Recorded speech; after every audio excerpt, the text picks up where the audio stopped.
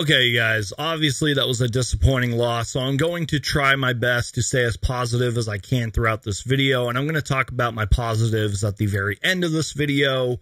But for right now, we got to keep it real. This was a disappointing loss, and the Phoenix Suns should be kicking themselves after tonight's game. Let's start off with the very end of the third quarter where the Phoenix Suns were on a 15-3 run. Then all of a sudden, the Suns go like 0 for 5, and the Grizzlies go on a 14-1 run to start off the fourth quarter. They were aggressive. They had better defensive urgency. They were taking and making really good shots. Tom Chambers made a good point during the broadcast after the game that they only averaged like 120 points per game, but the Suns made it seem like they were averaging like 150 this game. There were two really bad defensive possessions that stood out to me.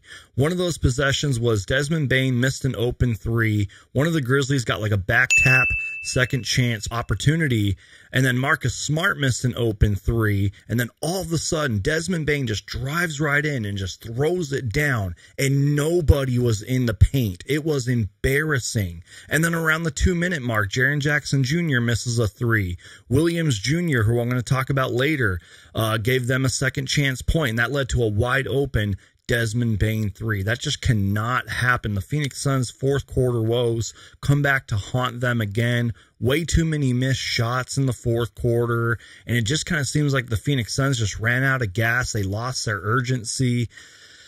I don't know, you guys. Defense was a little bit trash. I will say this, though. Me saying that there was a lot of runs in this game was an absolute understatement. Specifically, 8-0 runs. I cannot even count how many times both teams went on an 8-0 run. And this was low-key like a physical, chippy game. And for both teams, at times, was a really ugly game on both sides of the ball. I think that's the reason that both teams went on so many runs as they did. But again, it was just that fourth quarter where it just became a disaster. The Suns were missing shots. The Grizzlies were making shots. They had more hustle, more aggressiveness. And the Phoenix Suns' fourth quarter woes and flaws just came back to haunt them once again. And it sucked. So let me just read you guys some numbers real quick. Let me start off with the Memphis Grizzlies. Jaren Jackson Jr. had 28 points in 32 minutes, also had 10 boards, 6 assists, and was 11 for 20 from the field. Marcus Smart, I thought, had a really good game. We all know what he does on defense, and he was a defensive dog tonight. He had 25 points, 8 assists, and 6 rebounds. Didn't really shoot the best, but was really aggressive on offense. Desmond Bane continues to be one of the most underrated players in the league. 23 points, 5 rebounds, 5 assists on 8 for 14 shooting. And then it was Vince Williams Jr., if I'm getting that correct. I'm not going to lie to you guys. I do not know who that is, but he had a breakout game tonight. Really competed on defense as well. He had 19 points, 9 rebounds, and was 6 for 11 from the field. All the Phoenix Suns starters were in double digits. Kevin Durant had 23, 10, and 5. Yusuf Nurkic had a really good game. I'm going to talk about him a little bit later, but he had 18 points, 19 rebounds, and 5 assists, and was 8 for 17 from the field. Bradley Beal didn't really get too many touches today. He only had 12 points. Grayson Allen had 16 points, 4 for 8 from 3, and Devin Booker had 24 points and 8 assists. But the Phoenix Suns bench didn't really contribute that much. I do think that Drew Eubanks contributed some really good minutes. He had that highlight play where Booker just lobbed it up to him and he just threw it down. I also thought Josh Okogie was really good in this game, but he got into foul trouble. But the Phoenix Suns bench just provided pretty much nothing. I mean, Chimezie Metu, for example, even though he had 12 minutes in tonight's game, he only had 4 points and he was 0 for 5 from 3. There were so many times where Metu was wide open and took his time and missed the 3. It was just one of those nights. Grizzlies shot 44% from the field. Suns shot 45% from the field, but they were 8 for 28 from 3, good enough for 28.6%. Both teams had 29 rebounds. The Phoenix Suns had 62 points in the paint, but they had 27 fouls. In all fairness, the Grizzlies had 24 fouls, but still, that cannot happen. But let me close out the video on a positive note. Grayson Allen was really good in this game once again. Like I mentioned, he had the 4 threes, and yes, he belongs in the NBA three-point contest during NBA All-Star Weekend 24, but he just fits this role so well, and he has just been great all season long. There was one play specifically where Devin Booker was kind of locked up by Marcus Smart.